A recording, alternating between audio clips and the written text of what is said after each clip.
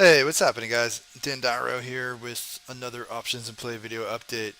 I'm gonna do a breakdown of like the setup going into the FOMC rate decision on Wednesday tomorrow. So tomorrow's video we'll talk about that, both like the Qs, the spiders, option pricing, etc. So definitely be sure to check that out. Today I wanted to just speak briefly about something that was kind of like on my mind. I mean, last week was such a huge week of earnings. All the mega caps, well, for the most part, the mega caps reported. Tesla was the previous week, and Nvidia is still a few weeks out. But last week was a huge week, and obviously Friday's action was very bearish on across the market. Due in part to Amazon getting beat up, right? And Apple closed lower that day too. But now as we come into this week and we got the FOMC and we have more earnings, um, I feel like people might not be as focused on the mega caps just because they're not going to be in the news every day. But that doesn't mean that they shouldn't be paying attention. And I think of the two mega caps, the ones that are probably the most important right now are Apple and Tesla, and I'll tell you why. Apple, it's the biggest company in the world, so I mean, it's always going to be one of the most important names. What's interesting is that it's below the 200-day, right? And it hasn't spent a whole lot of time below the 200-day for quite a while. Okay, so this has been, you can see, like going back, this has been a very important trend support level. It's hit it, held it, and bounced off it a bunch of times, and it is now below it, and it looks like it's going to close below it now for the second consecutive day. And this is something that is really critical moving forward, because if Apple starts to hold below this 200-day, it could really set up lower prices, and it's going to be very difficult with obviously like Amazon breaking down and Google breaking down, right?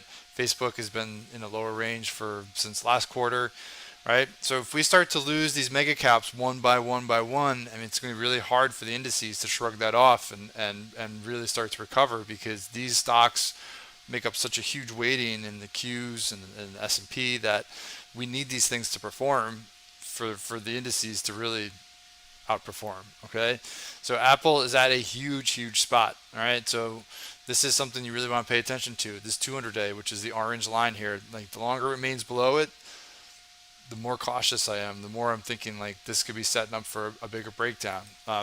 Basically, so basically, a similar setup is taking place on Tesla. The 200-day, it's traded underneath it, but it hasn't spent a whole lot of time below it, right? So you can see, I mean, the 200-day, just like Apple, has really been a pretty big area of trend support for a while. It was volatile and it was spinning around, and it traded underneath it and was back above it. But you can see, like over the last 2 years, this has been an important spot, right? It's below it. It's been hanging underneath it for the last like week or so. I mean, basically since like Elon started selling some stock to fund the Twitter acquisition, it's been heavy, and now it's below the 200-day. And the longer this remains below the 200-day, the more cautious I'd be, right? I mean, this could be setting up for a bigger breakdown if it can't get back above that 200-day. So these Apple and Tesla were two of the names that held in the best. It seemed to be a lot of people were sticking with them, sticking with them, sticking with them.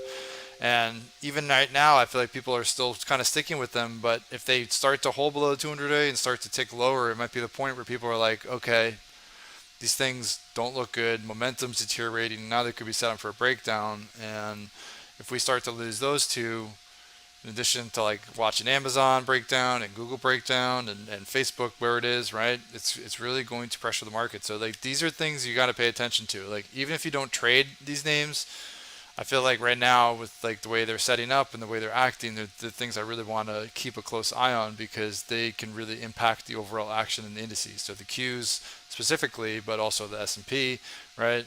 Some of them are in the Dow, and going forward, we're really going to need these names to stabilize and start to firm up for any major bounce to really begin to develop on the indices. So food for thought, things to pay attention to, and I mean, especially with what we have on the calendar this week. It could be kind of a crazy week, and these are definitely some names that I will be keeping a close eye on. All right. So if you like this video and you're looking for more information about trading options or swing trading options, please follow up with the link in the description of the video for more information on options to play. Have a great night, stay well, and I will talk to you all